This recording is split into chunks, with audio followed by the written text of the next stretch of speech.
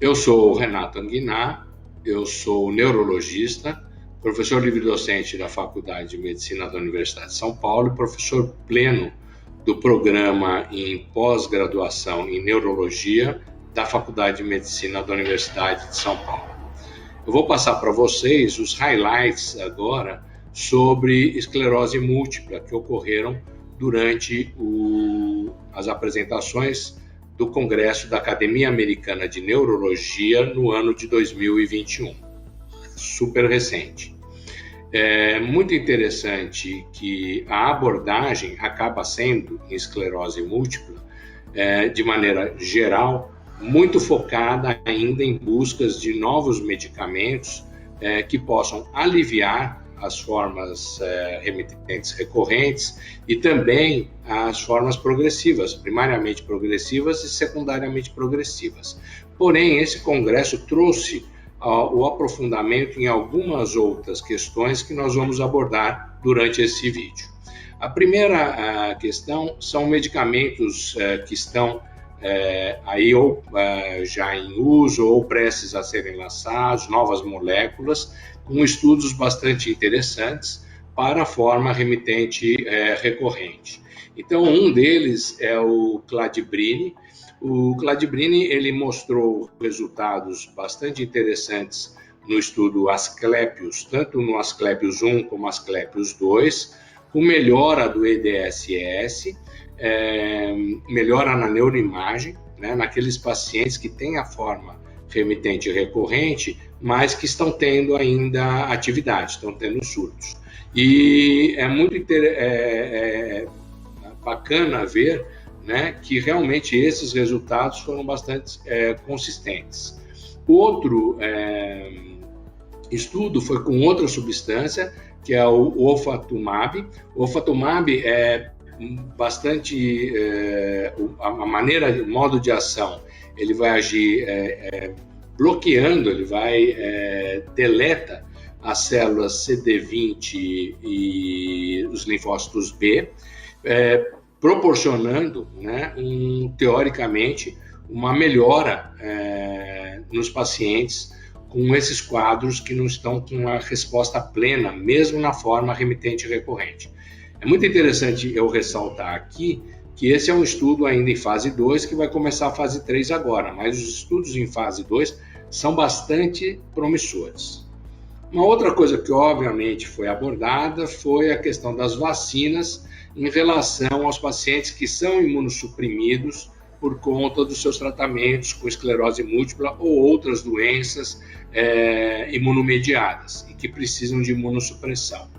É importante nós dizermos que as vacinas que estão utilizando o mRNA ou o vírus inativo, eles são as mais recomendadas para esses pacientes. Por exemplo, no caso, né, dos Estados Unidos, a Pfizer, aqui no Brasil, mesmo quando nós tivemos essa vacina, como a Pfizer, por exemplo, mas a Coronavac, que o vírus ele é vírus inativado, ele pode ser aplicado nesses pacientes, né? Então, uma outra recomendação é também que, se possível, só iniciar a imunossupressão, quando for possível para esses pacientes, após a segunda dose da vacina, com um intervalo mínimo de segurança, para que, inclusive, o resultado da vacina seja melhor e a atuação, vamos dizer assim, de efeitos colaterais e tudo mais, seja menor.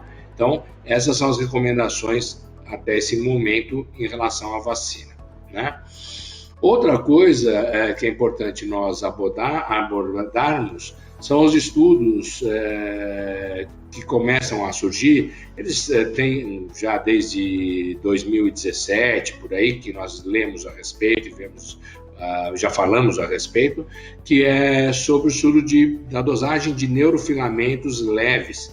Mas nesse congresso, muito se falou de neurofilamentos leves, que é possível ser dosado no sangue e no líquor. Aqui no Brasil tem laboratórios que já dosam no líquor, como tendo um possível valor prognóstico para a doença.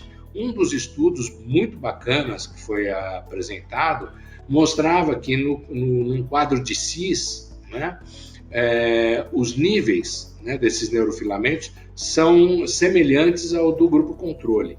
E, por outro lado, naqueles pacientes que evoluem para as formas progressivas, esses valores de neurofilamentos leves, tanto no sangue como no líquor, são muito altos.